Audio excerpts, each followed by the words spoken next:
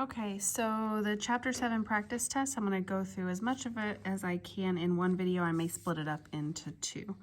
So the first question says a model is made of a car. The car itself is 10 feet long.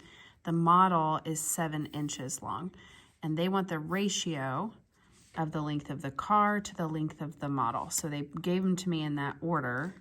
The problem is the units are not the same. So I could say that it's 10 feet to 7 inches like this, but they have to be the same units. So I'm gonna have to change that. The other option is to write it as a fraction, 10 feet over 7 inches like that.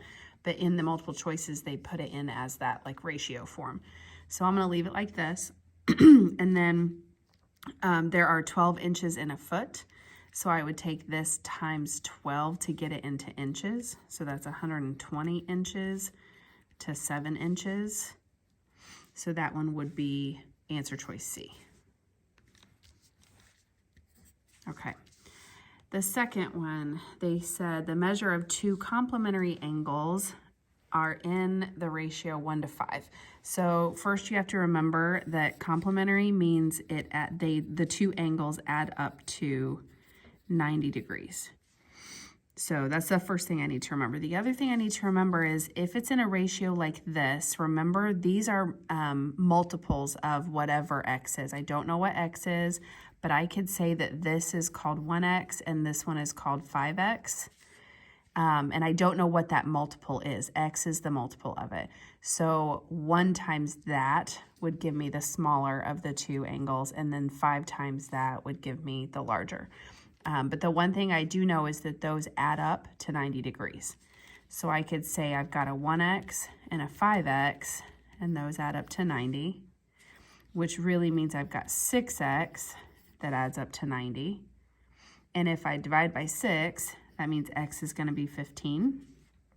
And the question that they asked me in this problem is, what are the degree measures of the two angles? So I have to find both of them. So the first one was 1x, 1 times x, so that'd be 1 times 15, which is just 15. The other one was 5x, or 5 times 15, which is 75. So those are my two angle measures, my 15 and my 75, which is answer choice B. Number 3 says the measures of the angles of a triangle are in the extended ratio 2 to 3 to 4. What is the measure of the smallest angle? Again, think about what do those things need to add up to. In this case, we're talking about a triangle, and they gave me all 3 angles, which means those should add up to 180. So a 2x and a 3x and a 4x, all of those angles together should add up to 180. So 4 plus 3 plus 2, that'd be 7, 8, 9. So 9x equals 180. Divide by 9, x is going to give you 20. And they just wanted the smallest angle. Well, the smallest one was multiplied by 2. So 2x, or 2 times 20, would be a 40-degree angle. So that one is answer choice A. Okay, starting with number 4, you get into some pretty basic proportion problems. So I'm just going to cross multiply these. So 16 times A is 16A. 32 times 4, yes, you can use a calculator for that if needed. That gave me 128. And if I divide by 16, that would give me 8. So the answer choice on that one is C. All right, number 5, same thing. I'm still looking at just a basic proportion. So cross multiplying, I get 9m equals 54 times 4 is 216. Divide by 9, you should get 24 on that one. So that one is A. The next one is much trickier, so you really need to think this one through. I'm going to write out every single step. If you can take some small shortcuts here and there, that is okay. So when I cross multiply in this one, I'm going to multiply all of this side times all of that side. So I'm going to write that out like this. N minus 6 times 3n plus 1 equals the other side would be a 3n times an n minus 5. So that was this side over here. Then I'm going to have to actually multiply all of that out, right? So n times 3n is 3n squared. N times 1 is a plus 1n, which I'll write as 1n. You could just write it as n. And then a negative 6 times a 3n would be a negative 18n or a minus 18n. And then a minus 6 times a 1 would be minus 6. This side over here, 3n times n is 3n squared. 3n times a minus 5 is minus 15n. So now my goal would be to get everything on one side. Well, it depends. In this case, you don't actually have to do that. If you look at this n squared part, I can minus 3n squared, and it's going to cancel over here. And if I do the same thing over here, it cancels also. So in this case, I ended up with just n's, no n squareds. If I end up with an n squared, I'm going to have to do something fancier. I'll do that if we get to one. I don't know if we get to one or not. Hopefully they stay this simple. So this one is going to be, if I put these two together, that would give me a negative 17n minus 6 equals a negative 15n. And then I'm going to add my 17n to get it over here. So negative 6 equals, that would be 2n's. And then divide by 2, I get negative 3. So that one ends up A. Number 7 is fairly similar, but a little bit easier. So this side, I would take 12 times y would be 12y. And then that equals, I'm going to distribute this over here. So I'm going to go ahead and just write it as distributed. So 3y times a 5 would give me a 15y. And then a negative 8 or a minus 8 times a 5 would give me a minus 40. Then I'm going to minus 15y from both sides. That gives me a negative 3y equals negative 40. So this one gets kind of messy. If I divide by negative 3 on both sides, divide by negative 3, this cancels. My negatives will cancel each other, but 40 over 3 is going to be a decimal. But if you look over at your answer choices, they just left it as 40 over 3. So don't worry about calculating that. Just go ahead and leave it as answer choice D. Okay. Number 8, this one says, given this proportion, so they put A over B and then 5 over 19, what ratio completes this equivalent proportion? So on this one, they put A over 5, so they attached these two in a fraction together, which means the other fraction is going to be the bottom two. So that should be B over 19. So that one would be answer choice B.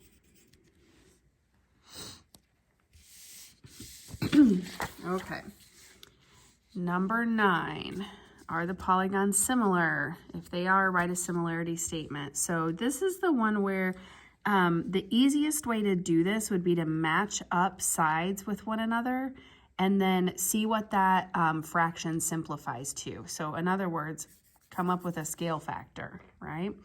So on this one, the first thing I want to know is, are they similar or are they not? Because if they're not, I can just say the answer is B and I don't have to do anything else, okay? So I'm going to match up my 120 right here with this 120 degrees, which means these two sides match up together. So 5 over 1.2 would be one possible way to write that ratio. And then the other one would be 10 and 3.12. Those are the ones that match up.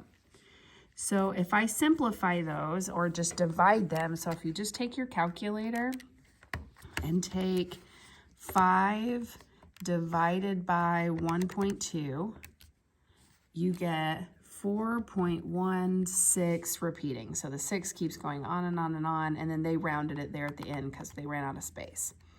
The other fraction was 10 divided by 3.12 divide that, and you get a different number. You get 3.20 blah, blah, blah, right? These are not the same. If those are not the same, then that means these two polygons are not similar to one another. So that one is answer choice B, and that's all I have to do there. If they are similar, what's going to happen is these are going to end up exactly the same. All four sides would end up exactly the same if you match them all up.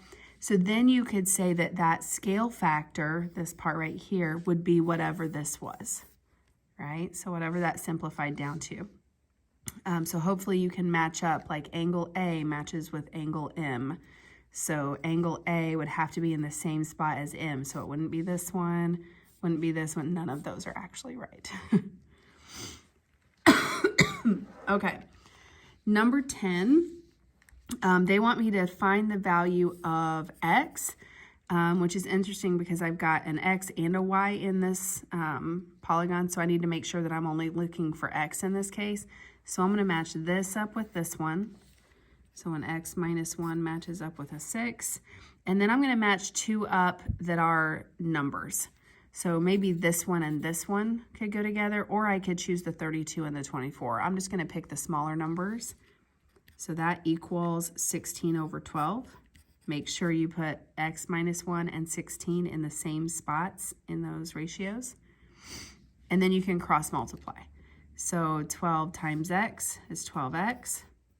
Minus 12 times 1 is 12. Make sure you multiply this times both. And then that equals whatever 6 times 16 is, which is 96. And then if I add 12 to both sides, so make sure you add this 12, you should end up with 108. And then divide by 12, you should get 9. So X in this case is 9, and that's what they asked me for.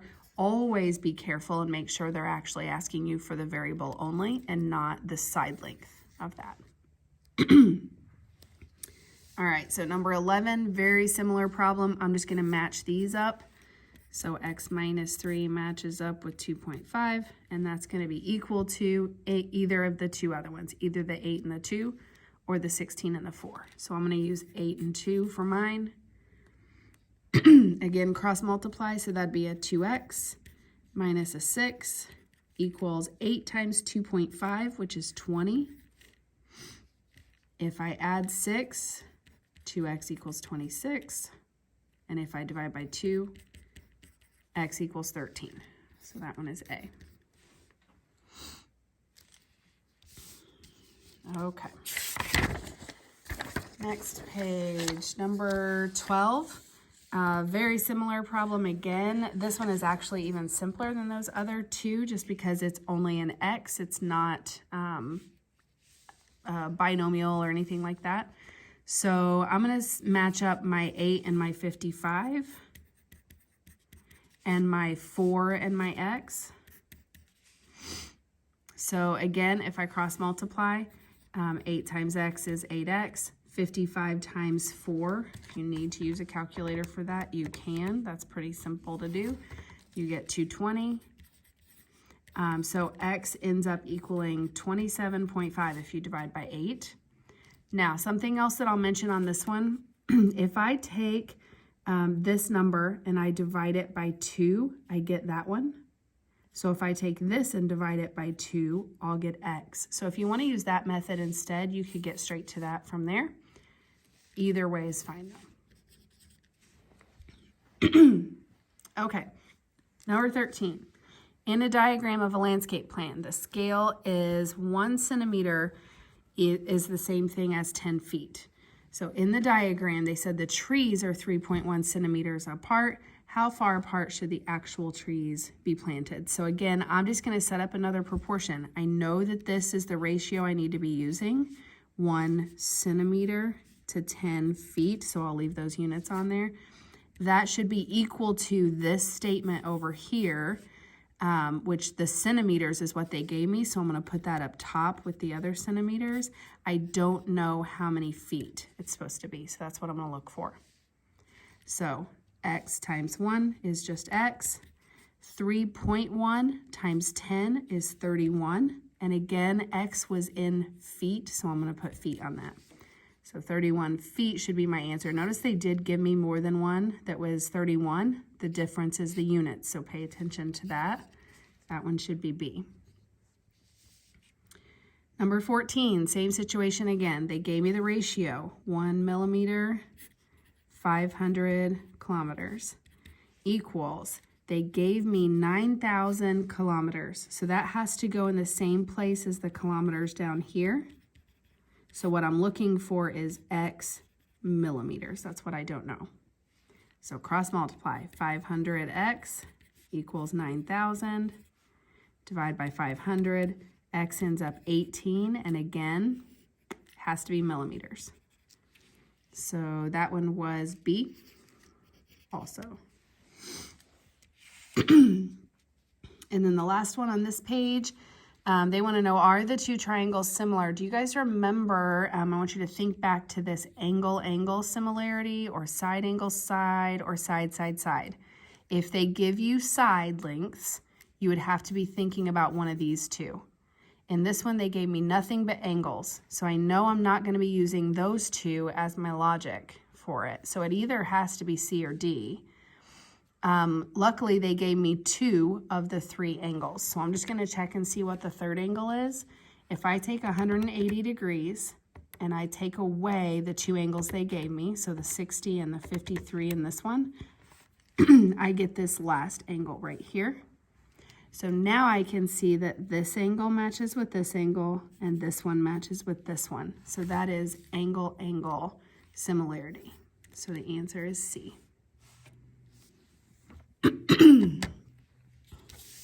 Okay. Number 16.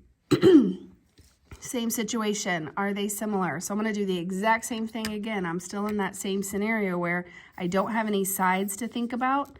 So it can't be those. I'm only looking at angles. So 180, subtract away your 30.4 that they gave you and subtract away the 84.6. That gives me 65. So this should be 65 degrees. In this case, it's 66. So that means that these are not the same, which means they are not similar. So the answer is D on that one. Okay. Number 17, very similar situation, except I don't have to calculate anything in this one. I have 2 triangles. I know that this angle is the same as that one. I also know because of vertical angles that these two are the same. So that tells me that yes, angle-angle similarity is what tells me those are similar. All right, number 18. This one does give me side lengths, so I'm glad they gave you some examples of that because all of these last ones were just angles. This one has some sides in it, so I know I'm going to be thinking about either side, side, side, or side angle side, or they're not going to be similar. So right now, all of these are in the running. I don't have anything that I can eliminate. So what I would do is look at the side similarity. I do know that this angle right here is in both of those triangles, the big one and the small one. So I know there's at least one angle. So I guess that kind of eliminates this one because I don't have a third side here to think about. And then I just need to see, are these sides similar? So this one matches up 33 with this entire side right here would be 44. And on this side over here, 21 matches up with this entire side, which would be 28 altogether. So I'm just going to use my calculator to simplify that for me. So if I take 33 and put it over 44 and hit equals, that's the same thing as 3/4. So 3/4. If I take 21 and put it over 28, that is the same thing as 3/4 also. So both of those are the same ratio, which means yes, they are similar. So it's not C already, and it's also not D now. So I'm between these two. So now I just have to make sure that O matches up with itself and then get J with M and K with N. So O has to be in the same spot for both of these, and it is on that one, but it is not on this one. Those do not match up. So it can't be B, it has to be A. So kind of a process of elimination on that one. All right, number 19. Very similar again, where I've got this angle right here that matches up. They want to know which theorem or postulate proves that they are similar to one another. So since I have the left side and the bottom of that triangle, and I have the left side of the big triangle, but not the bottom. So I can't use the sides to help me. I have to use my angles only. So I know that this angle is the same. The other thing that I know, if these are parallel to one another, then these angles have to be the same. So that means angle postulate is what I'm going to use to tell that, because I definitely know that at least two angles are the same. All right, geometric mean. I don't know if you guys remember this, but the easiest way to do it is to say that 242 over x equals x over 8. Now the shortcut to that, let me show you how we solve it. If I multiply these two, I get x squared. And then if I take 242 times 8, I get 1936. And then in order to solve it, I would square root. So x would equal the square root of this. So on your calculator, type that in, you should get 44. The shortcut that I would say, if you don't want to memorize how to do all of that, how to set this up and then solve all of it, the easy way to do it is just say, I know that x is always going to be the square root of these two numbers multiplied. So 242 times 8 in this case, which is still going to give you 44 in the end. So that one is A. Same thing on this one. If I want to say x is the square root of these two multiplied, so 81 times 4. So x equals then the square root of 81 times 4 is 324, which means x is 18.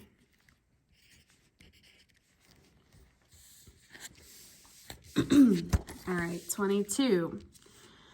This is that one where I really suggest you set up that table that we talked about in class in this lesson. So we talked about, here's my my short leg of my triangle, my longer leg, and then the hypotenuse. Those are the three sides that you have on your triangles. And then I need to talk about my small triangle, my medium triangle, and my large triangle. Those are the three different triangles we have. So you should have like 9 boxes in here that we need to fill in. So on this one, if I'm looking at my small triangle, I've got an A and a 6.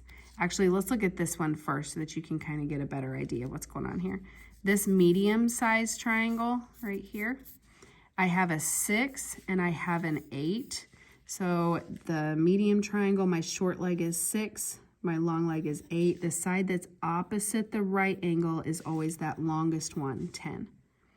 So in this triangle, it's flipped. My longest leg is the 6, my shortest leg is A, my hypotenuse is B. And then in my large triangle, I've got a couple of different things I need to think about. In this one, I've got the right angle right here. Opposite of that is this entire side, which in this case is 8 plus A, since I don't know what A is. So my hypotenuse is 8 plus A. My long leg is 10. My short leg is B. So now I can pick any group of 4 to set things up together. I would for sure use these 4 right here to figure out what A is. So A over 6 equals 6 over 8. So 8A equals 36, which if you simplify that, you get, if you take 36 over 8, you end up with, I would write that as 9 over 2. Let's see what our calculator does, because that worries me a little bit. If I take 36 over 8, I get 9 over 2 on mine. Now that's in math print, so yours may come up as a decimal. So you may want to take, in this case, 9 divided by 2 in your answer choices to figure out, like, what is this as a decimal? What is this as a decimal? Then you could compare them. But as of right now, I know that it's either A or D, so I can cancel these two out. And then to figure out what B is, let's see, we could do it a couple of different ways. I think I would use this one and this one, and this one. Because now I know what A is, I'm gonna plug it in. So 9 over 2 was what A was. That's the same thing as 4.5. So I'm going to write this is 4.5. I don't know what B is. I don't know what B is again. And I know that this side right here is 8 plus A, which was 8 plus 4.5. So that would be 12.5. Then I can go from there. So B squared, B times B is B squared. 4.5 times 12.5 is 56.25. And if I square root both sides, B is going to equal 7.5. Okay, so again, over here, if I'm looking at these two things, which of those is equivalent to 7.5? So if I take 15 and I divide it by 2, I get 7.5. So that's this one. So the answer choice is A. I'd say 22 is one that you should probably star. That's probably one of the harder problems. 23 is also the same way. It's a much more difficult problem than those other ones we were talking about. So let me make the same table that I just did. So I've got a short leg, a long leg, and the hypotenuse. And then I've got my small triangle, my medium triangle, large triangle. Okay, so my small triangle, I've got 4 as my short leg, A as my long leg, B as my hypotenuse. My medium triangle, I've got A as my short leg, 16 as my long leg. I don't know the hypotenuse, so I'm just going to leave that blank. And then for my large triangle, I know that my hypotenuse is this whole side, which would be 20 altogether. And I know that my short leg is B. I don't know this one. So again, I'm going to set up this one right here. 4 over A equals A over 16. So A squared equals 64, which means A is 8. So you can do all of that multiplication on your own. And then let's see. Is that going to get me an answer? No, not yet. So it's either A or C. So it's not this one, not this one. So now I got to set one up with B. I would do on this one my 4 corners. So I've got 4 over B and B over 20. So B squared, this way, equals 4 times 20, which is 80. That is not a perfect square. So when I go to square root this, I'm going to have to simplify this. So 80, I can think of it as, let's take 8 times 10, 4 times 2, 2 times 2, 5 times 2, and then those are all the ends of my tree. And then I can figure out which of these are pairs and which ones are left over. So I've got a pair of 2's that I write down, another pair of 2's that I write down, and then I have a square root of 5 left over. So that is 4 square root 5. So that one would be answer choice C.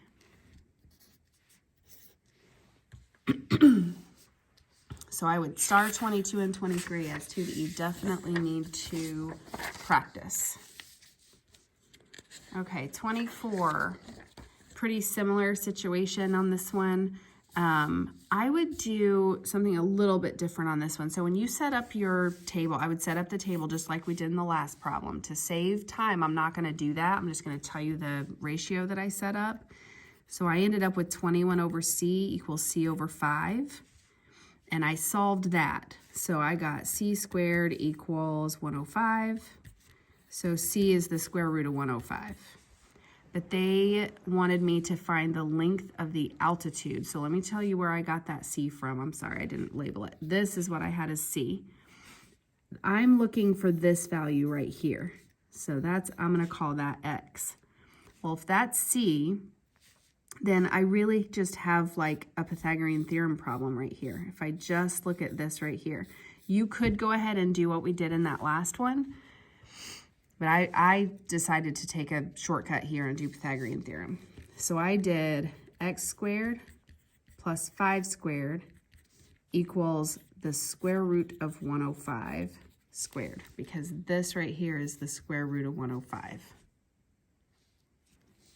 Okay, so that gave me x squared plus 25 equals, this is really just 105.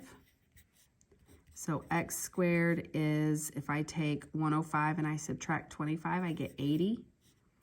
So x is the square root of 80, which we already figured out a second ago was 4 square root 5. So I don't have to do that again. So that one ends up answer choice A. Okay. 25, they want to know how far is the library from the park. So this right here, this distance. So I'm going to call that A because that was part A on here. And then part B says how far is the park from the football field. That's this distance right here. So I'm going to call that B. So again, I would probably do that same table that we did in 22 and 23. And come up with your ratios. So my two ratios that I came up with, I got a 10 over B equals B over 8 as one of them. The other one, again, I actually did Pythagorean theorem to find it. So I'll leave that up to you guys again. Once I had what B was right here, I used Pythagorean theorem to find A. So this one gave me that B squared equals 80, which again, we've done this is the third time. It's 4 square root of 5. So in that case, I actually have my answer already because this is the only one that had 4 square root of 5. So the answer is A. All right, 26. What is the value of x given that these two lines are parallel to one another? So PQ is parallel to BC. That just tells me that these two are proportional to one another. So I can set up a proportion. So I can say that 8 over x equals 12 over 18. So 12x equals 144, which means x equals 12. All right, same thing on this one. 7 over 35 is equal to x over 40. If you solve that proportion, you should get that x equals 8.